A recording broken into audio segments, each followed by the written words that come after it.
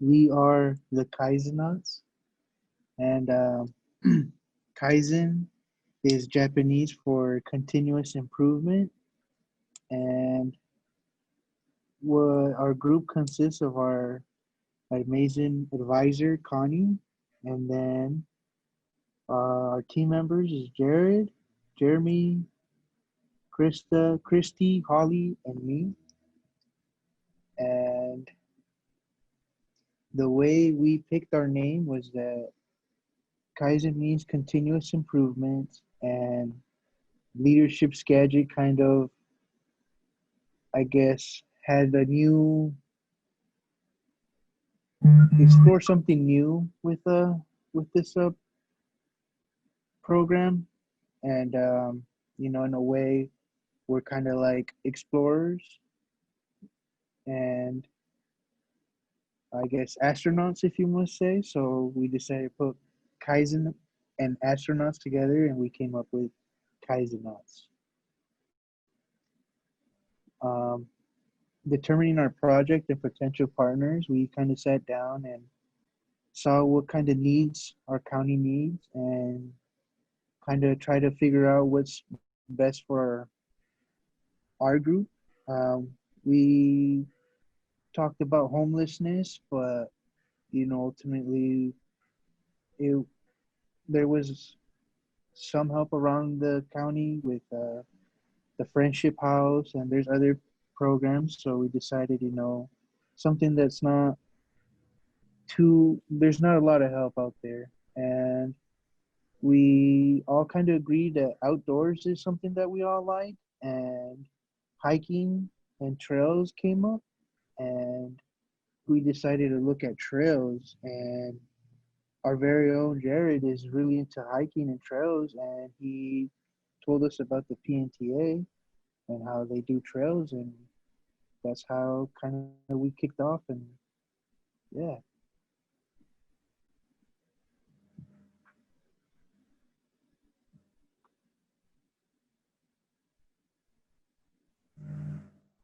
As Angel mentioned, we're a pretty diverse group of people and had a lot of interest that we wanted to explore in terms of what group and organization we wanted to work with. So we really took a very big view of what the issues and challenges are and possibilities that we could support in Skagit County. What you see in front of you here is a mind map that was just a big capture of all of those things that all of us discussed. It was important to get the views of everybody and bring that together and make sure that we all supported what our projects were as a team. So again, as Angel mentioned, a lot of boiling it down. We really liked focusing on the outdoors. We were interested in focusing and supporting kids in some way, and local organization that we all felt very strongly about.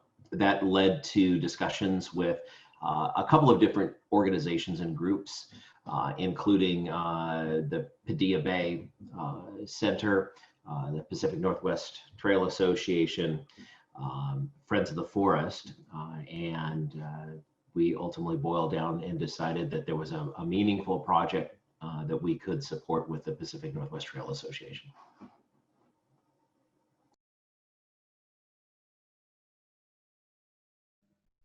So just to tell you a little bit about our partners, the Pacific Northwest Trails Association protects and promotes the Pacific Northwest Trail and enhances recreation and educational opportunities for present and future generations. The Friends of the Forest works in conjunction with the Forest Advisory Board and City of Anacortes and is dedicated to preservation of the Anacortes community forest lands through education, outreach, and stewardship.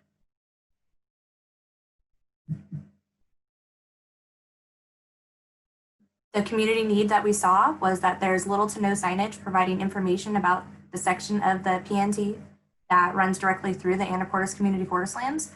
And it's incredibly important that trail users have access to information to enhance their experience. Trailhead kiosks not only provide a welcome point for visitors, but offer essential information for safety and enjoyment of the trail. By providing hikers and visitors details about the trail length and complexity, they are better informed and can decide if it is the right trail for them before they venture out.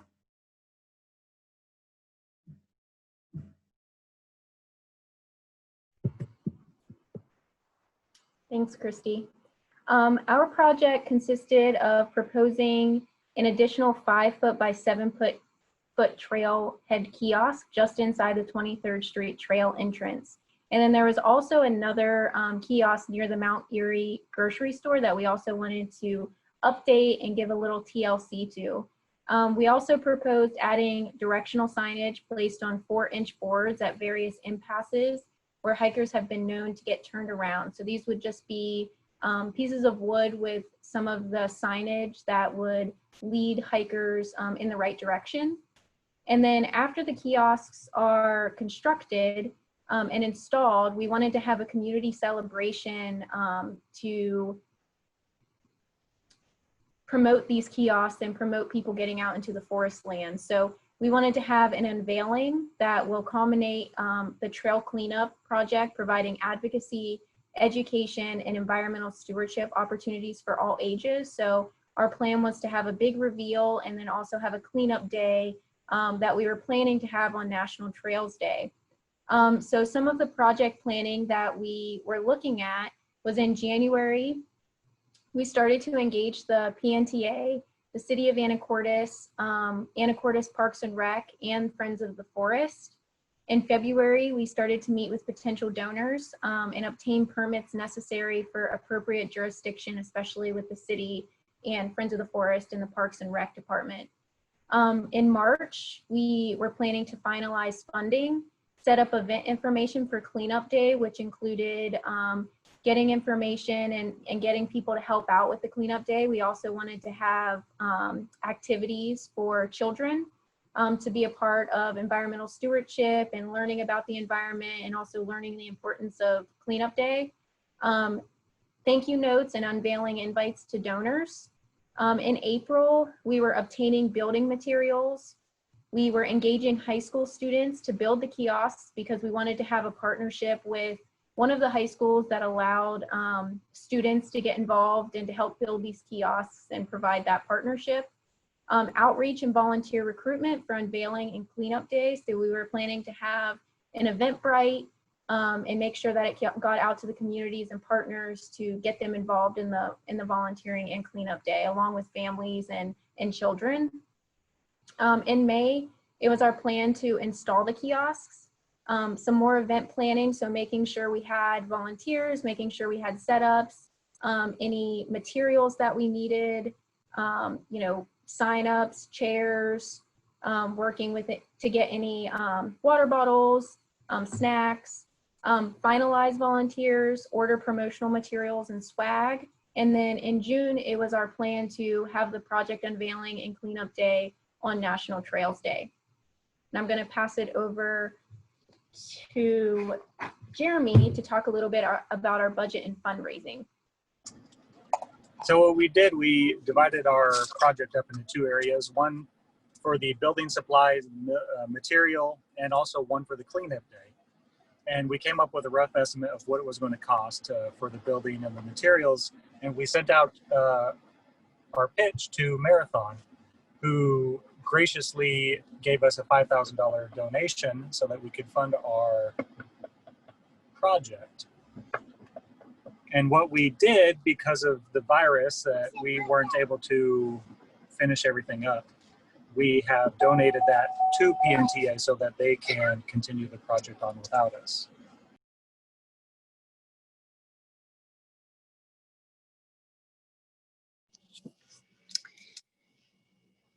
Our leadership during the pandemic, we found a couple hurdles, as I think most of the teams did. First of all, our basic fundraising requests were going to be for materials.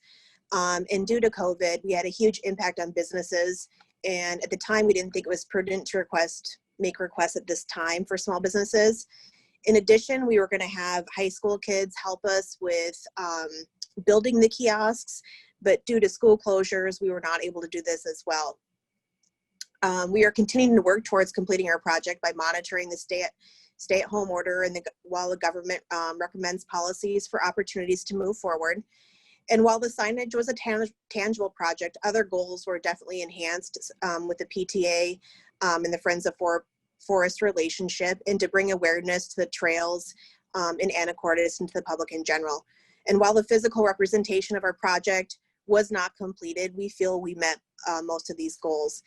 And in the event that we cannot finish our project, we have confirmed that our donor, that our nonprofit can use the funds and support their greatest needs at this time.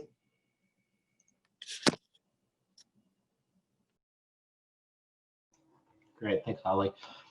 You know, certainly this has been a challenging project with everything else going on, but also, you know, just the project itself. We all, I believe, learned a lot, and it's important in my mind to reflect back and look at some of those things that we learned. Very quickly, what seemed to be just a very simple project, putting some wood in the ground and some signage on it, became much more complex. We had multiple stakeholders between the Friends of the Forest and the PNTA, but also that grew to include the City of Anacortes, the Parks and Recreation, Forest Advisory Board, and trail users. And we started getting feedback from all of those individuals and different stakeholders that really forced us to listen well and be adaptable to make sure that we were getting something done that was acceptable to everybody, to all of the different stakeholders. One of those things was dropping the directional signage. We heard from a number of people early on that while the signage at the trailhead was important, folks were concerned about the cluttering of the trail and creating too much directional signage internal to the forest. So we decided to drop that, and that was necessary to continue to move our project forward. And lots and lots of communication, not only listening, but also communicating out, and a lot of communication between the team members to make sure that we were activating each other's strengths. Christy was great at writing the asks and working on the donor side. We had other folks that were very strong in working in other areas, and acknowledging that we were strong as a team based on those different strengths was important and helped us achieve what we have achieved so far.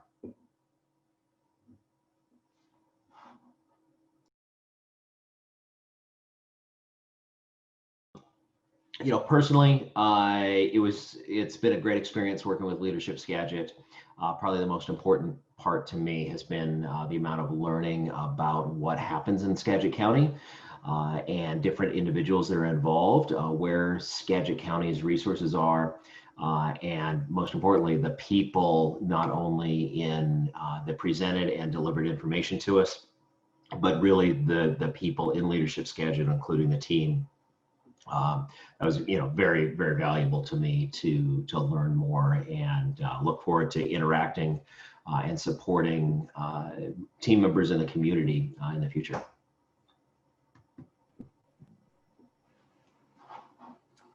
Hi everyone, this is Krista. I just want to thank everyone, at Leadership Skagit and in the community, and especially on my team, for welcoming me into Skagit County. I want to thank Marathon for entrusting me with Leadership Skagit. They didn't know who I was, but they put me in this program, and I'm very thankful for it. I didn't have a lot of expectations coming into the program. I wasn't aware the program existed, but I'm very glad that I was in it, and I got a lot out of it, including getting to know a lot of people in Skagit County. You get a lot of connections, and not even just people on my team, but there are a lot of people on a different team or alumni of Leadership Skagit that I now have connections with because of this program. And it just helped me really grow individually as a person, and then professionally, whether it's in my job or whether it's a different type of program that's not necessarily a part of my job, but it's still something I want to do well at and work as a team with other people. So I just want to thank my team, and thank you, Connie, for everything you've done for our team. And I'm going to pass it over to Angel. Hi again. I want to thank everyone on my team for doing all the hard work and just getting to know them as people, and in a way, a little family was created. I got to know them each and every one individually and their likes and dislikes a little bit, and I'm very grateful for that. Leadership Skagit taught me a lot about, how all the paperwork stuff behind the scenes, stuff like that I was not aware of. So I got exposure of how stuff works. And, I feel like I did personal growth as well. Um, I struggled with, you know, speaking my voice and just public speaking in general. And I feel like Leadership Skagit has kind of planted my seeds in being able to have the willingness to do public speaking and not being so deathly afraid of talking to more than like 5 people. And yeah, I think that.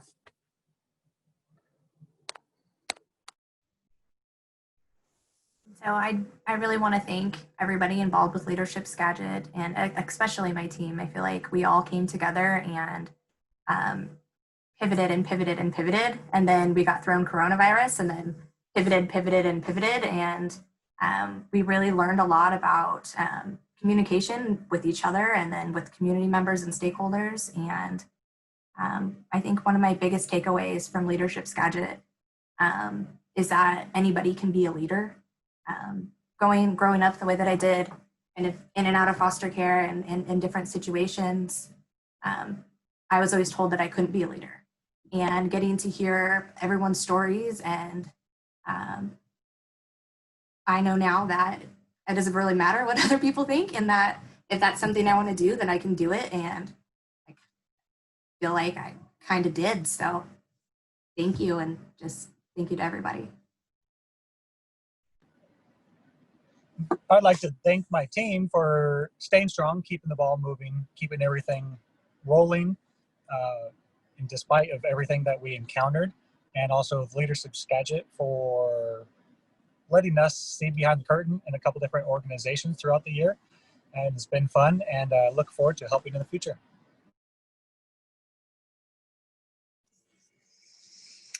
I also would like to thank our teammates and the class of 2020. I feel like we are probably the most unique class now to have gone through ever. And I am grateful for the tremendous relationships and people that I've met and true talents in the Valley that I'm really proud to know, including everyone on our team. And so for me, I didn't really come in with expectations, but I'm definitely leaving more with a sense of family and more of a connection to Skagit Valley that I'm extremely proud to have.